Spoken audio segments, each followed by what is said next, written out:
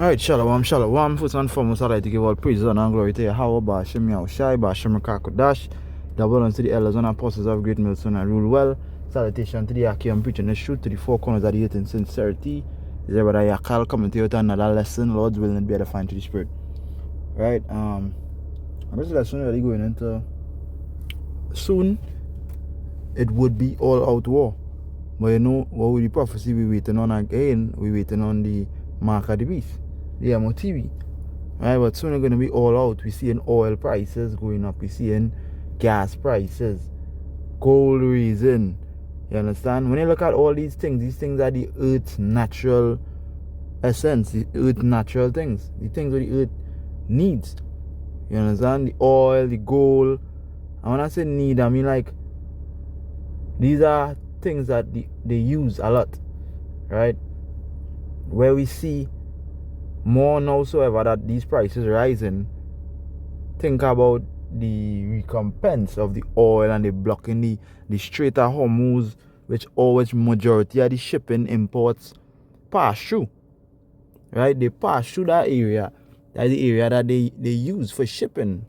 You know, certain islands that being blocked off is where they pass. Right? And we understand it. Because when you see these things happen, we must understand that here what's going to happen next. What the next step is for them to raise prices on food, right? Raise prices on what do you call it? On everything. Flour will raise. Which is next thing? Oil. And everything gonna raise within the climax of that, because when oil and gas raise, everything else raises. There's a ripple effect, right? And when that ripple effect happens, that's when you're gonna see people starting to raise prices of all goods. Where you will see a bread was $10, you're gonna see a bread automatically raised to $25. Some people will fuss about it for a little while, but then they had to pay for it, right? So with all that, just to say, because I had this article here, it says Russia is providing Iran with intelligence on U.S.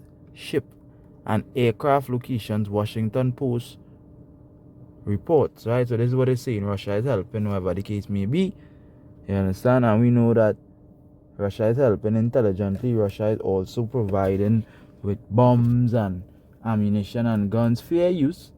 You know, this is just for edification purposes. This is not, you know, because they know that these YouTube guidelines, and this is happening right now. We know that they soon to join the war full force, right, according to the scripture. So even with the help that you see Russia pouring out, all that is even in the spirit of the Lord, because the Lord said this: provide for you and all your allies. I'm gonna get that precept real quick.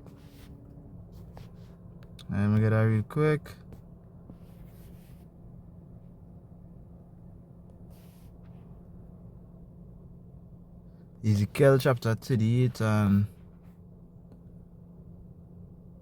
I'll read straight to the point. Verse 7, it says, be thou prepared and prepare for thyself, right? Thou and all thy company, which means what? It was referring to, let me jump up from verse 3, where it says, and say, thus say the Lord, behold, thus say the Lord power, behold, I am against thee, O Gog, the chief prince of Meshech and Tubal.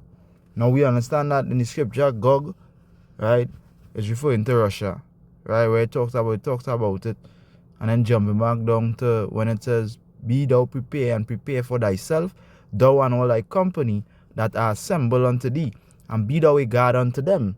So they are to prepare for themselves, which we see, because when you search up who has the most nuclear weapons in the world, they would easily tell Russia, even on Google, right? And then now, understanding that, you have to understand also, what it says again, when it says prepare for thyself, and then after it says, and all thy company, which is the allies, which is Iran, because if you understand what BRICS is Brazil, Iran, Russia, right, continuing, going on, right, etc. Because right now it's BRICS Plus, it's not as BRICS. So BRICS Plus, a lot of nations join them, right? So when you understand that the BRICS now is the allies. So they would ally and arm up any one of their company that they have to. Right? Arming them in nuclear weapons because it's about time America get blown to smithereens.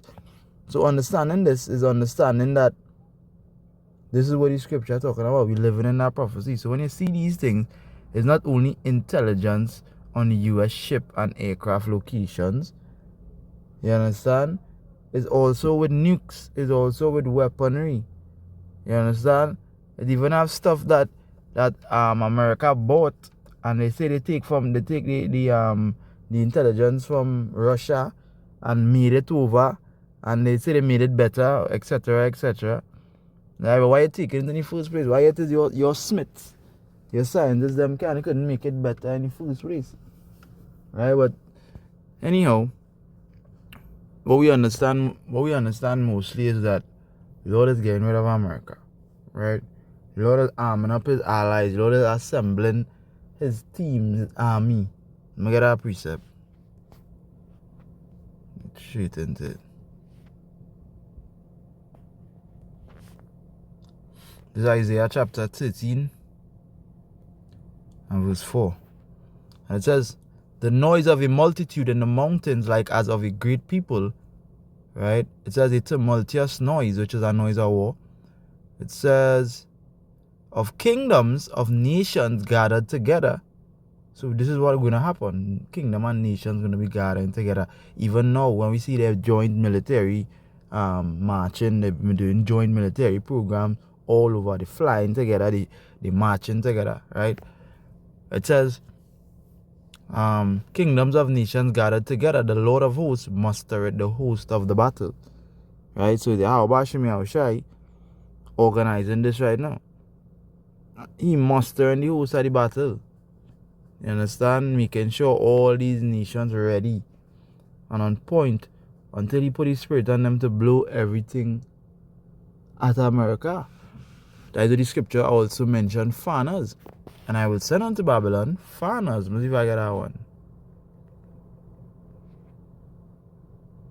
This is Jeremiah 51 and 2. And I will send unto Babylon foreigners that shall fan her and shall empty her land, for in the day of trouble they shall be against her round about. So this is what we're going to see. We're going to see they against Babylon round about.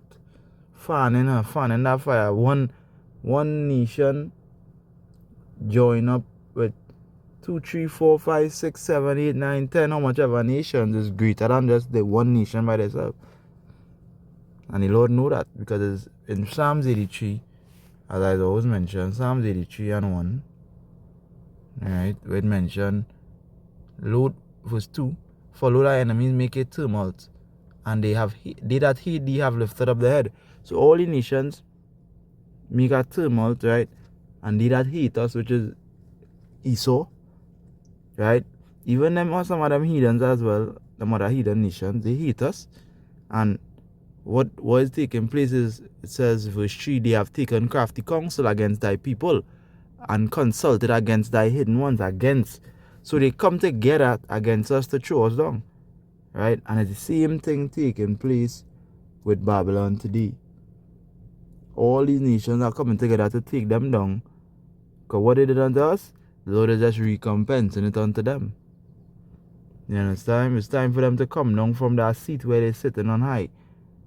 So the Lord really and truly just bringing them down. And have Babylon on high alert. You understand? They're looking at the prophets 1 minute. They're looking at Iran. Why you feel they so hurry? Because the scripture also says that he know it, that he had but a short time. So with him having a short time, he trying to execute what he trying to execute speedily. You understand? Understanding what time it is. You understand that if he don't move now, he gonna run out of time. That's why the scripture also say, God will ruin it on him while he's yet eating. Look at that one. Alright, this is the book of, I know it's in Job 15. Not 15. It'll be 20. Alright, this is Job 20 and 23. And it reads, When he's about to fill his belly, Yahweh Hashem Yahushai shall cast the fury of his wrath upon him, and shall rain it upon him while he is eating. So this is it. When he's going and fill his belly, when he's about to complete his MOTB, the Lord's going to rain it upon him. So he has to try and fight up all how to make this new world order plan be accomplished. And, you know, do everything he wants to do, but the Lord not going to allow him to do it exactly how he wants to do it. He'll get the MOTB to be out. He'll get certain things in play. But what he would not get is that rain, because his time is up. You understand? You wouldn't get to reign and glorify any of your things because your time is up. It's time for you to sit in the ground. Like Isaiah 47. I'm going to get that real quick. Isaiah 47 and verse 1. It says, "Come down and sit in the dust, O virgin daughter of Babylon." Dust represents confusion. They're going to be confused. How we dropped from all this. So we was the most powerful nation on the earth. You know why? Because you came against the Lord. You tell yourself you was God. Right?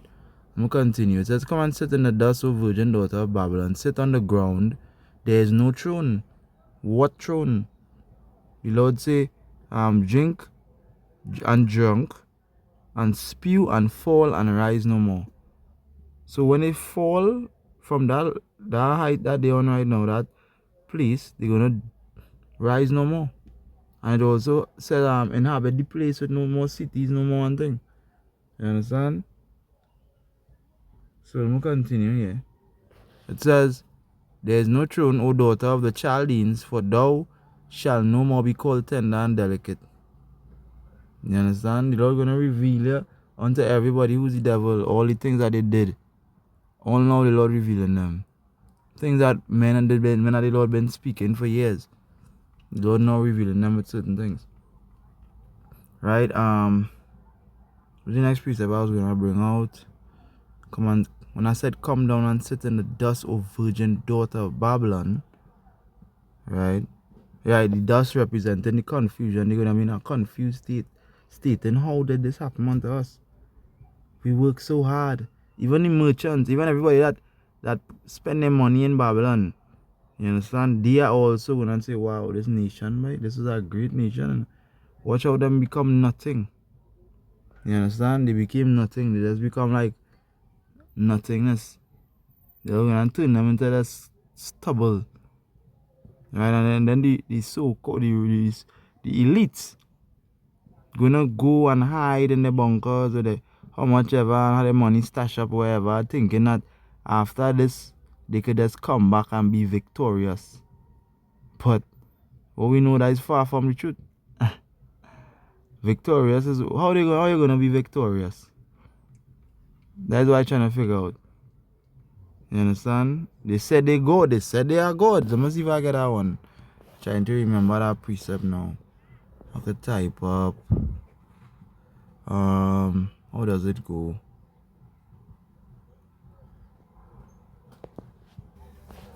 Alright. This is Isaiah chapter 14 and verses 12. I'll start from 12. It says, "How art thou fallen from heaven, O Lucifer?"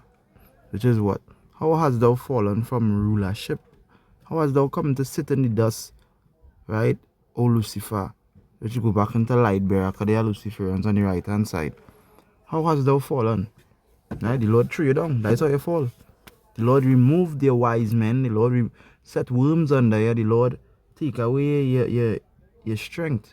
Because it's the Lord set you up in the first place. Going back into the book of Job 9 and 24. The earth is given into the hands of the wicked. So the Lord gave it to you and then he take it back. So continuing here, it says, "How hast thou fallen from heaven, O Lucifer, son of the morning? How art thou cut down to the ground, which didst weaken the nations?"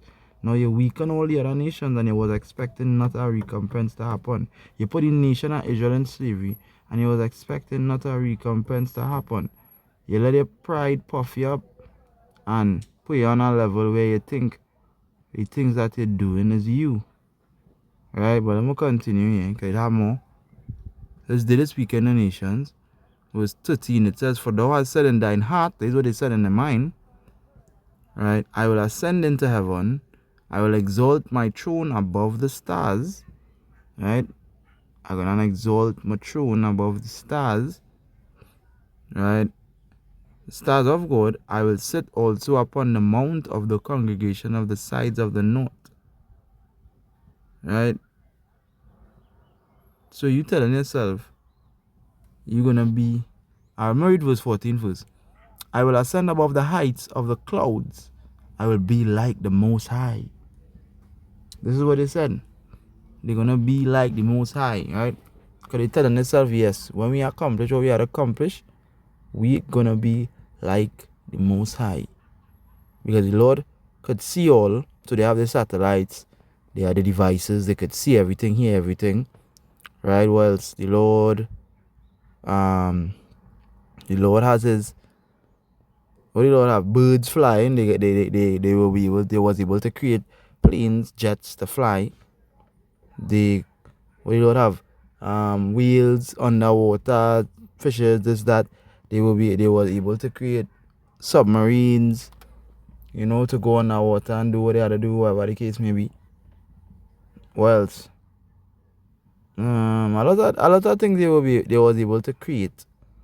So they believe that they have that creativity in them. And Jakes are the creators of a lot of things too.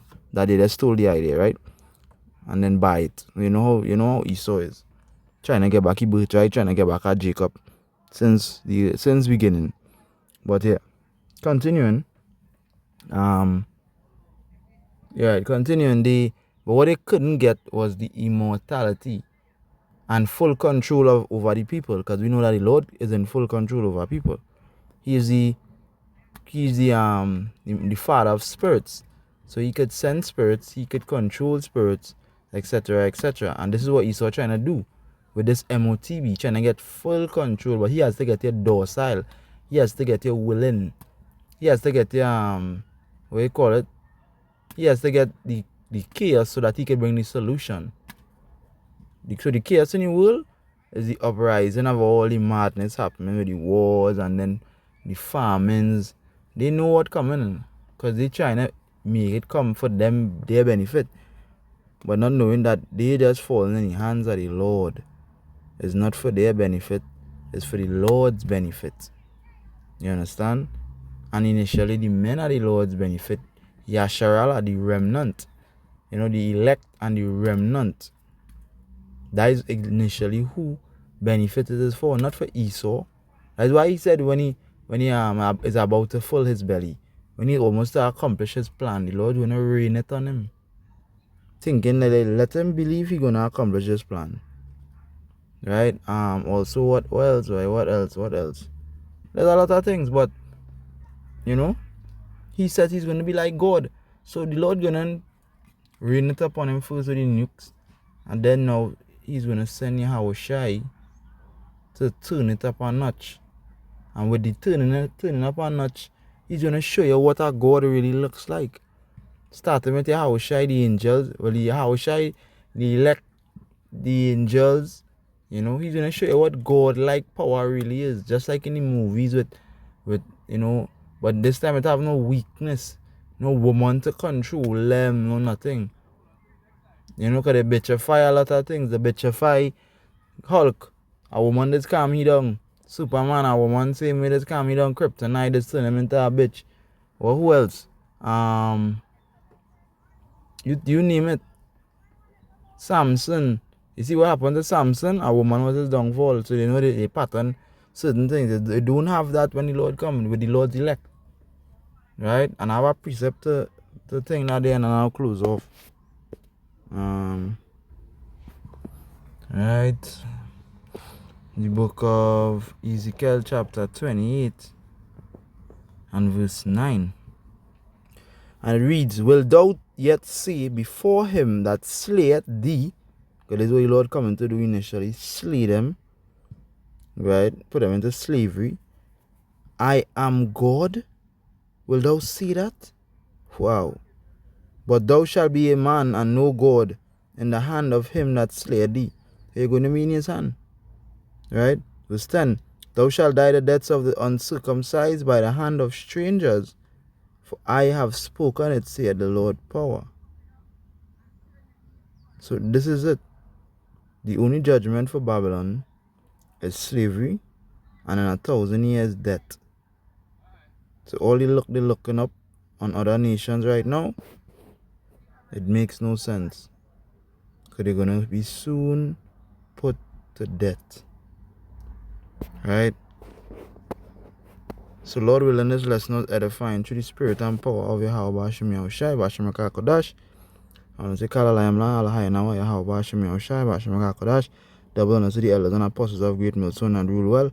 Salutation to the Aki and preaching the truth to the four corners of the earth in sincerity. Shalom.